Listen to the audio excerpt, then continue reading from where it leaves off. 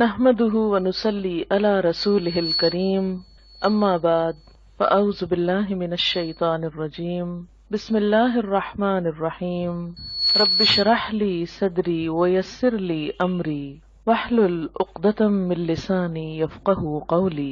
اللہ تعالیٰ کا لاکھ لاکھ شکر ہے جس نے ہمیں انسان بنایا، دنیا کی تمام نعمتیں ہمارے لیے پیدا کی، زمین و آسمان اور ان میں پائی جانے والی تمام چیزیں انسان کے لیے مسخر کی کہ انسان اپنی ضرورت کے مطابق ان چیزوں سے جیسے چاہے حدود کے اندر رہتے ہوئے فائدہ اٹھائے۔ پھر اس کا ہم پر بہت بڑا احسان ہے کہ اس نے ہمیں مسلمان بنایا۔ مسلمان اس شخص کو کہتے ہیں جو دین اسلام پر ہو، اور اسلام کا معنی ہے پیس، امن۔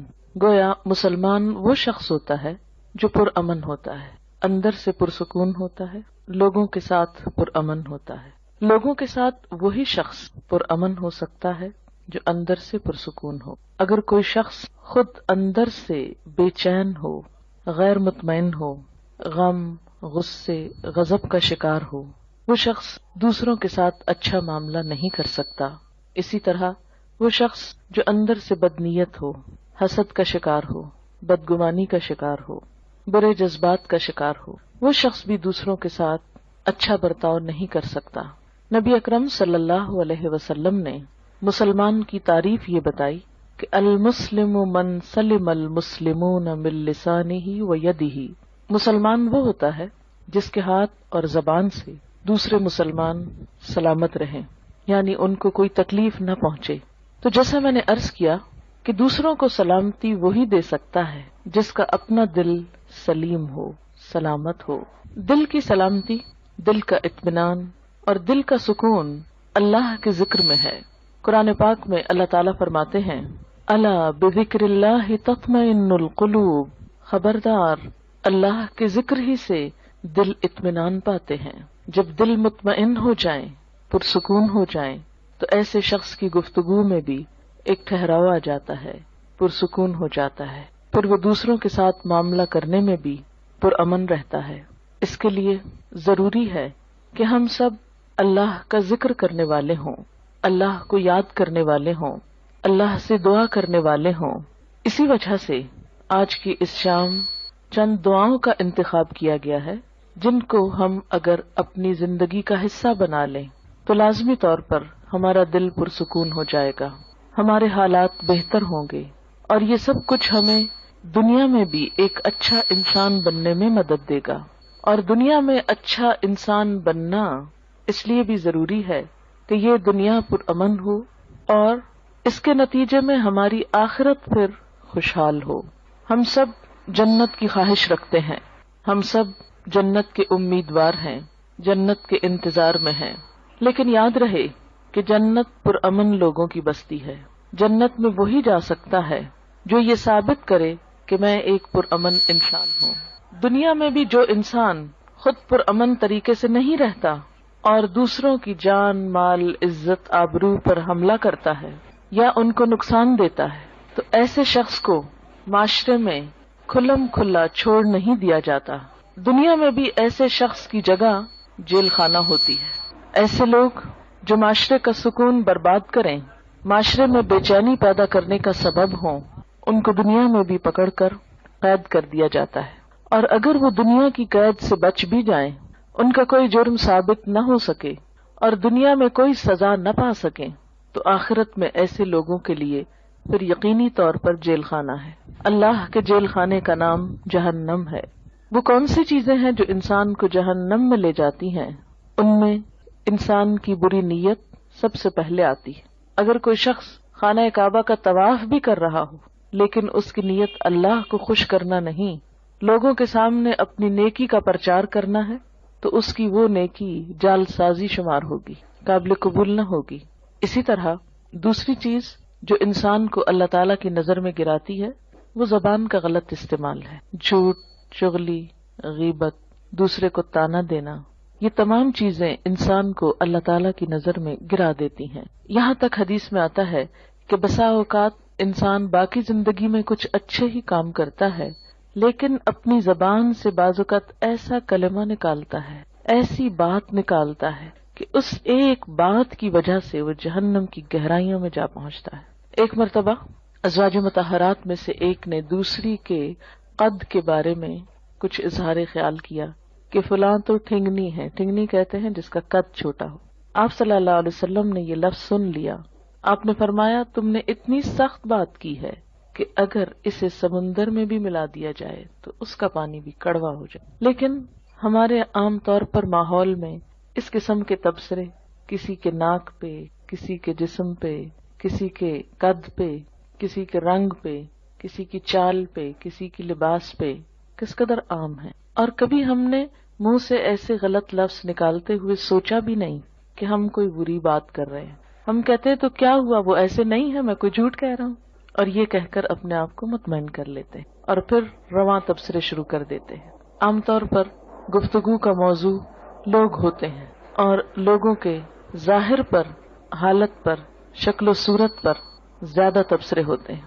ان تمام اخلاقی برائیوں سے بچنے کے لیے ضروری ہے کہ انسان اللہ تعالیٰ سے مدد مانگے، اللہ تعالیٰ سے مدد لے۔ قرآن پاک میں اللہ تعالیٰ فرماتے ہیں کسی بھی مشکل سے نجات پانے کا جو ذریعہ ہے وہ ہے وَاسْتَعِینُوا بِالصَّبْرِ وَالصَّلَاةِ، مدد مانگو صبر کے ساتھ اور نماز کے ساتھ۔ نماز اللہ کے ذکر کا بہترین طریقہ ہے، اللہ کو یاد کرنے کا۔ نماز ایک دعا بھی ہے، لیکن نماز کے علاوہ یا نماز کے بعد بھی اللہ کو یاد کرنا اہل ایمان کا طریقہ ہوتا ہے۔ دعا ایک عبادت ہے، نہ صرف یہ کہ عبادت ہے بلکہ عبادت کا بھی نچوڑ ہے، عبادت کا بھی اعلیٰ ترین حصہ ہے۔ حدیث پاک میں آتا ہے کہ جو اللہ سے دعا نہیں مانگتا اللہ تعالیٰ اس سے ناراض ہو جاتا ہے۔ بعض اوقات ہم یہ سمجھتے ہیں کہ اللہ کو تو پتہ ہی ہے ہم کو کیا چاہیے اور وہ تو ویسے بھی دے سکتا ہے، ہمیں مانگنے کی کیا ضرورت ہے۔ نہیں، آپ صلی اللہ علیہ وسلم نے فرمایا جو لوگوں سے مانگتا ہے لوگ اس سے ناراض ہوتے ہیں، اور جو اللہ سے نہیں مانگتا تو اللہ تعالیٰ اس سے ناراض ہوتا ہے۔ تو ہمیں لوگوں کی طرف توقع رکھنے اور ان سے مانگنے کی بجائے اللہ کی طرف رجوع کرنا چاہیے۔ دعا انسان کی بندگی، عاجزی اور اس کی عبادت کا ایک ذریعہ ہے، ایک طریقہ ہے۔ اللہ تعالیٰ اس بات کو ناپسند کرتے ہیں کہ کوئی بندہ اس کے آگے ہاتھ پھیلائے اور پھر وہ ان ہاتھوں کو خالی لوٹا دے، کیونکہ وہ کائنات کا بادشاہ ہے۔ لیکن عموماً ہم دعا مانگنے میں کچھ ایسی غلطیاں کرتے ہیں کہ جن کی وجہ سے دعا قبول نہیں ہوتی۔ اس میں سب سے بڑی غلطی یہ ہوتی ہے کہ بسا اوقات ہم دعا تو مانگتے ہیں لیکن غفلت کے ساتھ، توجہ نہیں کرتے، ہمیں یہ نہیں پتا ہوتا ہم مانگ کیا رہے ہیں۔ بعض اوقات کیا کرتے ہیں، کسی مشکل کے لیے وظیفہ تو پڑھتے رہتے ہیں، کوئی مخصوص آیت 1000 دفعہ پڑھ لی، 2000 دفعہ پڑھ لی، لیکن دعا نہیں مانگتے۔ ہم سمجھتے ہیں کہ صرف یہ آیت پڑھنے سے ہی کام ہو جائے گا۔ اس طرح ہم اپنے اوپر ایک ناروا بوجھ بھی ڈالتے ہیں اور دعا سے بھی محروم رہتے ہیں۔ بعض اوقات ایسی دعائیں مانگتے ہیں جو اس موقع کی مناسبت سے نہیں ہوتی۔ بعض اوقات ہم کچھ چیزیں تو مانگ لیتے ہیں روٹین میں یا رٹے رٹائے جملے بول دیتے ہیں لیکن ان کو محسوس نہیں کرتے، اور بعض چیزیں ہماری ضرورت کی ایسی ہوتی ہیں کہ جن کو مانگنے کا ہمیں سلیقہ ہی نہیں آتا کہ وہ بھی مانگنی چاہیے۔ اس لیے وہ تمام چیزیں ہم مانگیں جو نبی صلی اللہ علیہ وسلم نے مانگی۔ وہ کیوں، کس لیے؟ اس لیے کہ آپ ہمارے لیے ایک بہترین نمونہ تھے، آپ کی دعائیں بھی قبول ہوئیں، آپ کے مانگنے کا طریقہ بھی ہم سے زیادہ بہتر تھا، اور آپ نے وہ تمام چیزیں مانگی جو مانگنی چاہیے اور جو ہمیں بھی اپنی زندگی میں مانگنی چاہیے۔ یہ زندگی ہمیں ایک دفعہ ملی ہے، اس زندگی کو ضائع ہونے سے بچا لینا چاہیے، دوسرا چانس نہیں ہے۔ اگر آج ہم نے اپنے وقت اور اپنی زندگی کی قدر نہ کی اور کچھ چیزوں سے محروم رہ کر دنیا سے چلے گئے تو یہ محرومیاں مستقل ہو سکتی ہیں۔ اس لیے عقل مند شخص وہی ہے جو اللہ سے مانگتا رہے۔ دعا انسان کی کوششوں میں ہونے والی کمی کو بھی پورا کر دیتی ہے۔ ایک شخص جو مانگتا رہتا ہے وہ اگر عمل میں کچھ کم بھی ہو تو دعا عمل میں آگے بڑھاتی ہے، اور اگر پھر بھی کمی رہ جائے تو اس کمی کو پورا کر دیتی ہے۔ ہماری کچھ دعائیں تو مانگی ہوئی فوراً پوری ہو جاتی، کچھ ایسے ہوتی ہیں کہ جو پوری نہیں ہوتی لیکن ان کے بدلے کوئی آنے والی مصیبت ٹل جاتی ہے۔ آپ صلی اللہ علیہ وسلم نے فرمایا کہ ایک طرف سے دعا اٹھتی ہے اور دوسری طرف سے مصیبت آ رہی ہوتی، وہ دونوں آپس میں جھگڑنے لگتی ہیں۔ دعا مصیبت کو اوپر لے جاتی ہے کہ واپس جاؤ، اس بندے پہ نہیں آؤ، اور مصیبت اترنا چاہتی پھر فرمایا جس میں زیادہ زور ہوتا ہے وہ دوسرے کو دبا لیتی. اگر دعا میں طاقت ہے، دعا میں قوت ہے، شوق ہے، تو وہ مصیبت کو واپس لے جائے گی.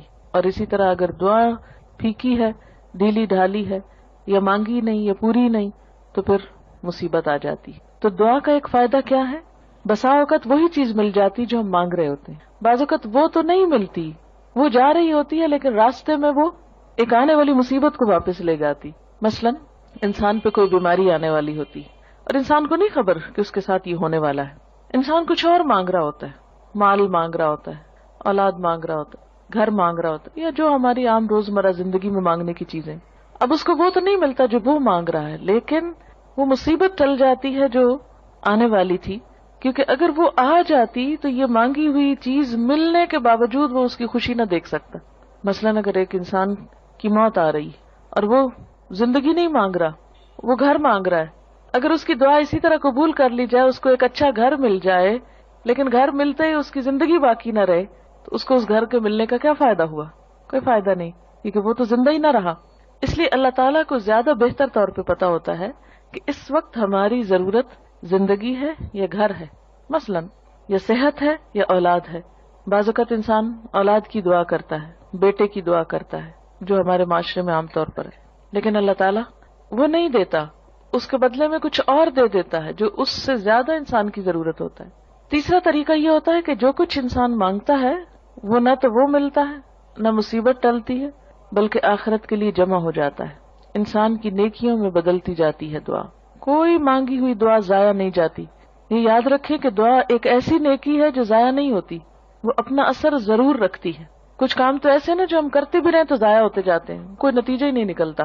مثلا دنیا میں کئی ایسے بزنس ہوتے ہیں، انویسٹ کرتے ہیں لیکن اس کو کوئی فائدہ نہیں ہوتا، الٹا نقصان میں جاتے ہیں. لیکن دعا ایسی انویسٹمنٹ ہے جو ضائع نہیں جاتی. آپ مانگتے چلے جائیں، اگر دنیا میں کچھ نہیں بھی ملا تو آخرت میں اس کے بدلے میں اتنا کچھ جمع ہو جائے گا کہ وہاں جا کر انسان تمنا کرے گا، اے کاش میری کوئی دعا دنیا میں نہ سنی جاتی اور مجھے آج ہی سب کچھ مل جاتا. پیغمبر ساری زندگی ایک دعا مانگ کر مایوس نہیں ہوئے. حضرت زکریا علیہ السلام ایک جگہ پر کہتے ہیں وَلَمْ أَكُمْ بِدُعَائِكَ رَبِّ شَقِيًّا، کہ اے میرے رب تجھ سے دعا مانگ کر تو میں کبھی نامراد ہوا ہی نہیں. یہ تو ایسا کام ہے جس کے بعد نامرادی ہے ہی نہیں، نقصان ہے ہی نہیں، خسارہ ہے ہی نہیں. اس لیے انسان کو مانگتے رہنا چاہیے. وآخر دعوانا الحمدللہ. سبحانک اللہم وبحمدک نشہد ان لا الہ الا انت نستغفرک ونتوب الیک. والسلام علیکم ورحمۃ اللہ وبرکاتہ.